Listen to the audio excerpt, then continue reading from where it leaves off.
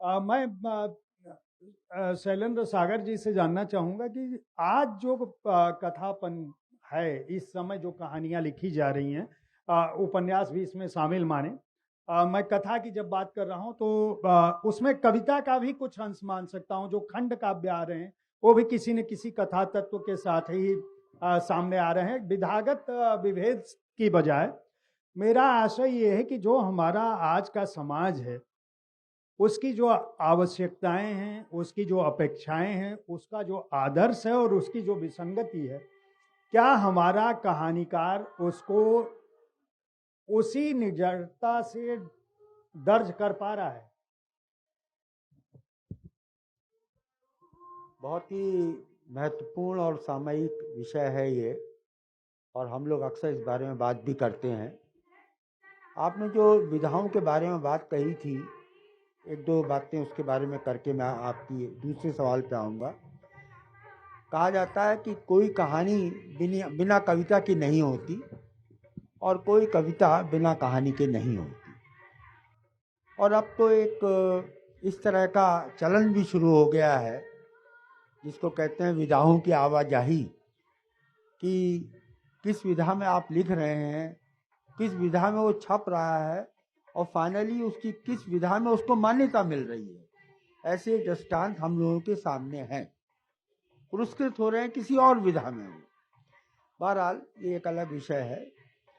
जहाँ तक आज के समाज की या समाज का चित्रण है, या समाज में जो कुछ है, या जो आज का समाज साहित्य से अपेक्षा करता है, वो किस हद तक उसको पूरा कर पा रहा है, ये बहुत ही एक विचारणीय प्रश्न है। और मेरा ये मानना है कि जैसे जैसे आज जीवन बहुत जटिल होता जा रहा है, तरह तरह की कॉम्प्लिकेशंस है लाइफ में, बहुत विस्तार हुआ है क्षेत्रों का, अपॉर्चुनिटीज़ बहुत बड़ी हैं, लोगों की मानसिकता जो है बदली है, औद्योगिकरण हुआ है, भूमंडलीकरण हुआ है, पूरा दुनिया एक ग्लोबल विलेज बन गया है। कहने का मतलब ये है कि समाज जो है उसमें इस तरह की नई नई जटिलताएं पैदा हो गई हैं, और उसका इतना विस्तार विभिन्न क्षेत्रों में हुआ है जो शायद आज से 50 साल पहले कोई सोच भी नहीं सकता। तरह तरह के जॉब्स हैं, ऐसे ऐसे जॉब्स हैं जिनके बारे में हम लोगों ने कभी कल्पना नहीं की थी कि इस तरह की भी नौकरियां आगे चलकर होंगी। इस तरह की विविधता जो समाज में है, जो और जब जॉब होते हैं, जब इस तरह की विविधता होती है, तो स्वाभाविक है कि लोगों की आकांक्षाएं भी ज़्यादा होती हैं। आज के युवा की जो आकांक्षाएं हैं वो हम लोगों की जो आकांक्षाएं थी उससे कहीं ज़्यादा हैं। वो बहुत दूर तक सोचते हैं और उनको ये भी मालूम है कि हम कुछ भी कर सकते हैं। उनमें इतना आत्मविश्वास है, हम कुछ भी कर सकते हैं। इस तरह का आत्मविश्वास मुझे ऐसा लगता है आज से 40-50 साल की पीढ़ी में नहीं था।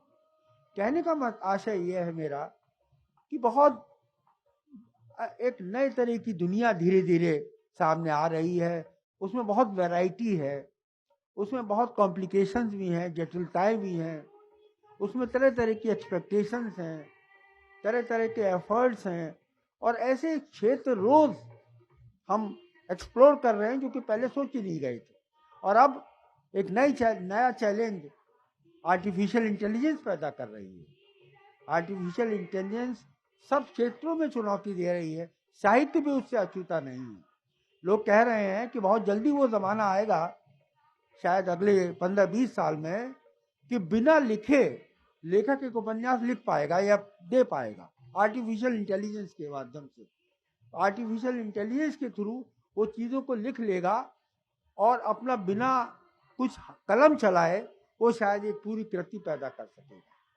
कहने का मतलब ये है कि बहुत ज़्यादा चीज़ें बदल रही हैं, और मेरा ये मानना है कि अभी साहित्य को इन चीज़ों से मुठभेड़ करनी है। अभी बहुत से ऐसे क्षेत्र हैं जहां अभी साहित्य उस तरह दखल नहीं दे पाया है जिस तरह दिया जाना चाहिए।